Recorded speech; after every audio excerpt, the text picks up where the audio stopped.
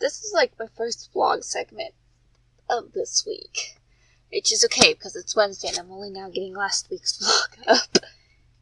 And yeah, this is going to be new filming space for occasions when I want to film inside. I don't want to film at my desk, which is nice. That means it's getting warmer, so I'll be filming outside again, too. It's still chilly, though. As you might be able to tell, because I'm still wearing a wool sweater. I'm actually, like, sitting bundled up in a bunch of wool. It's lovely. Here's for a typical Saturday night wrap-up. Complete with the hair I curled because I wanted to try rag curls, and this is what I got. It's been driving me nuts all day, but it looks so amazing! Hugely puffy. This is like crazy nuts. So anyhow, it took me a week to finish reading The Perfect Horse. I don't know why this book took me so long. It was like the only book I was reading all week either. Admittedly, this week, Mom wasn't home, so I was chief cook and bottle washer, and I was working one day, and I had a giant nap one day, and I fell and just battered myself up one day, and so this was insane, but it happened, and it took me, I read this just about every day. Last week, I do think there was a couple days I didn't read The Perfect Horse. Anyhow, I don't know why it took me so long to get through, like, the last 100 pages. And when I say the last 100 pages, I am not counting the notes and the index. I did read, like, the big note and the acknowledgements and the epilogue and the... Yeah, I did read that, but I didn't read the smaller notes. Anyhow, this is absolutely delightful. If you like horses, if you like World War II, I highly recommend it. I happen to like both, so I knew this was like a perfect book, and yeah, I think I'm giving it 5 stars. I haven't rated any of these books I'm here to talk about today, because I finished them all today. These 4 books right here are all that I've read this week. No ebooks, no audiobooks, nothing at the library. Because the libraries are closed now. Yeah, that happened too. And I don't know when they're reopening. Maybe 1st of April. Maybe. What's the matter now? Now that I finally got rid of the problem that my storage system was too full, I think I finally ran out of things to say on this, because it's not a middle grade book, so it doesn't apply to middle grade March. Look at all my stack of library books. It's like half my stack, because I have a bunch of board books now. Next one I've read The Egypt Game by Zilpha Keatley Snyder. It's Newbery Award honor book. I mean, I didn't really like it. I guess it was kind of cute, but I don't know what. I'm thinking I'm gonna give it 3 stars. But yeah, I wasn't a big fan. I mean, I kind of liked the ending. How things just turn out okay because it's a middle grade book. Everything's better than it began, but the like idol worship, it's like severe, like ancient idol worship, and I'm not okay with that. So I don't know whether I'm gonna give it 2 or 3 stars. But I don't know if I'm gonna be picking up any more by this author, even though, she appears to have written a lot, and I think I've heard, like, she's written a number of Newbery Honors, and those are supposedly really good, but I guess I'll look and see. I mean, there were parts of it I really liked, but then, maybe this wasn't a good one of hers to start with. I don't know, I didn't care for it. Then I read, anyhow, it doesn't fill any middle grade much. It just is middle grade categories. Speaking of which, I should get up my notes.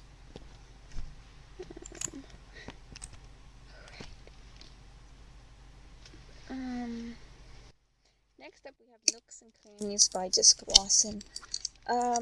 This, fills 3 of them. Maybe 4. So, it's a book with illustrations. Why is it that whenever you get a book up, show it always flips to pages that aren't illustrated? Here we have one illustration. I'm not gonna find it. It's, you could definitely say it's a book about books or stories, because every chapter has this little section here, which is a quote from a fictional, at least I'm pretty sure fictional. I want to read this entire series that the main character is such a huge fan of. It sounds amazing. It's this mystery series about Inspector Percival Pensive and his Jibbs, his assistant Jibbs, and he has all these different cases. It's like a whole shelf full, and it just sounds amazing. Kind of like the Cat Who, maybe? Or like, Purple Emperor, Riddle of the Purple Emperor by the Hand Shoes. I forget the name of the detective in that series, but I really enjoyed that series too. I love a good mystery series. I do. And this isn't a mystery series, it's a mystery book. And oh my goodness, is it...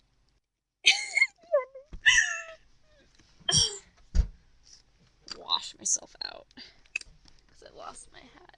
The ending, though, oh my goodness, it's hilarious. It's not really the ending. I mean, the ending's... Oh, that ends well. You know, it's middle grade ending. But it's... Okay, so this is a book with illustrations. It's a book about books or stories. It's a mystery. And it's a book set in another country, because it's set in England. And, oh my goodness, Nooks and Crannies is a hilarious mystery. They're trying to solve why they've been invited to this weekend out in the country. And then they're trying to solve what happened to the maid, and who did it, and what's going on, because the kids are disappearing, and there's like ghosty noises, and it's just very, very, very, very fun, and they solve it, and all's well that ends better. The ending, I don't know how to talk about the ending without like totally spoiling it. It's improbable. It is the most improbable thing you will read in a long time. But I really liked it. I really did. Because it's so improbable. It's like, no, it would never happen. But oh my goodness, is it funny to read about. I really liked it. So, that's that. And finally, I read A Girl of the Limberlost. I finally finished it. Oh my goodness, I finished it today. Again, this last 100 pages. Actually, I read the last 100 pages, like, all today. And it was actually a little more than that. It was probably, like, 150 pages, 160 even. Maybe even closer to 200. Anyhow, I read it all today. Actually, yeah, it was pretty close to 200 because it was a little past halfway. The ending. Okay, first of all, I knew how it was going to end because I had flipped through to the pictures because this is an illustrated book. And one of the pictures, here, I'll just show you. I'll just show you the front picture. It's also, this picture is also later in here. It's the same picture as what's on the front. And it's not a spoiler. I mean, if you can read it, it might be a spoiler, but, I looked through the illustrations, and there was one that's totally a spoiler. It's this one here, close to the end, and it's totally a spoiler. There's, like, because this is an older book, there's, like, the list of contents, you know, just tells you what happens in this story. Wherein Eleanor goes to high school and learns many lessons not found in her books. You know, that sort of. And then there's like a list of illustrations, which I kind of like, but you at first you won't realize how much the list of illustrations is a spoiler until you until you're reading along, and then all of a sudden you're like, I know how this book is gonna end, and it's about halfway through, so I suggest skipping the illustrations name.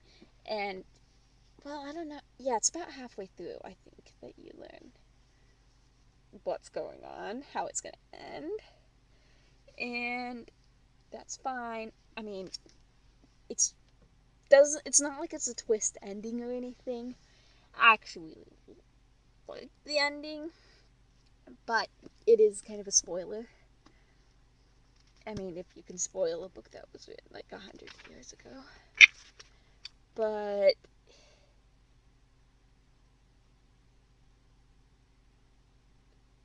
well, 110 years ago now.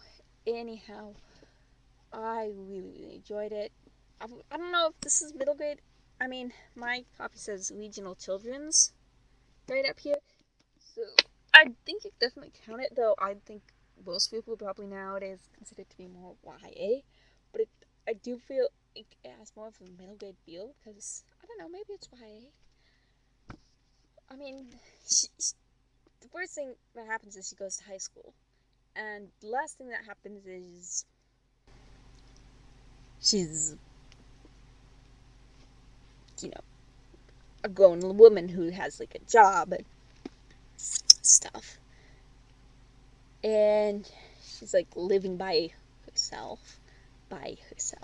And so I don't know how to classify this book. But I really enjoyed it. Like I said, the characters drove me mad in the middle. And then the ending I was just like because oh my goodness, it's so it's well done. It's true.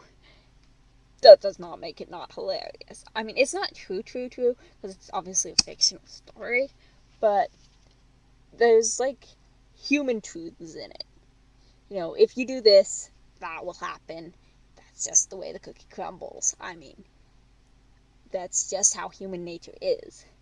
And so, it's just, and the like, inter-character relationships, you know, between Elnora and, like, other people is just, just absolutely, I was roaring. And, that's my reading. I read 4 books this week, but life was insane, so I don't feel real bad about the fact that I only got these 4 done. I possibly will, no, I don't think I'll do any more reading this evening.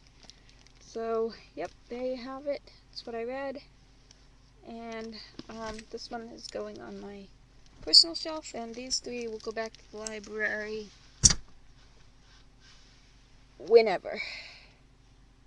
Along with, like, 5 other books, including one that has to have a letter put in it. Because, I should stop rambling. Do the YouTube things.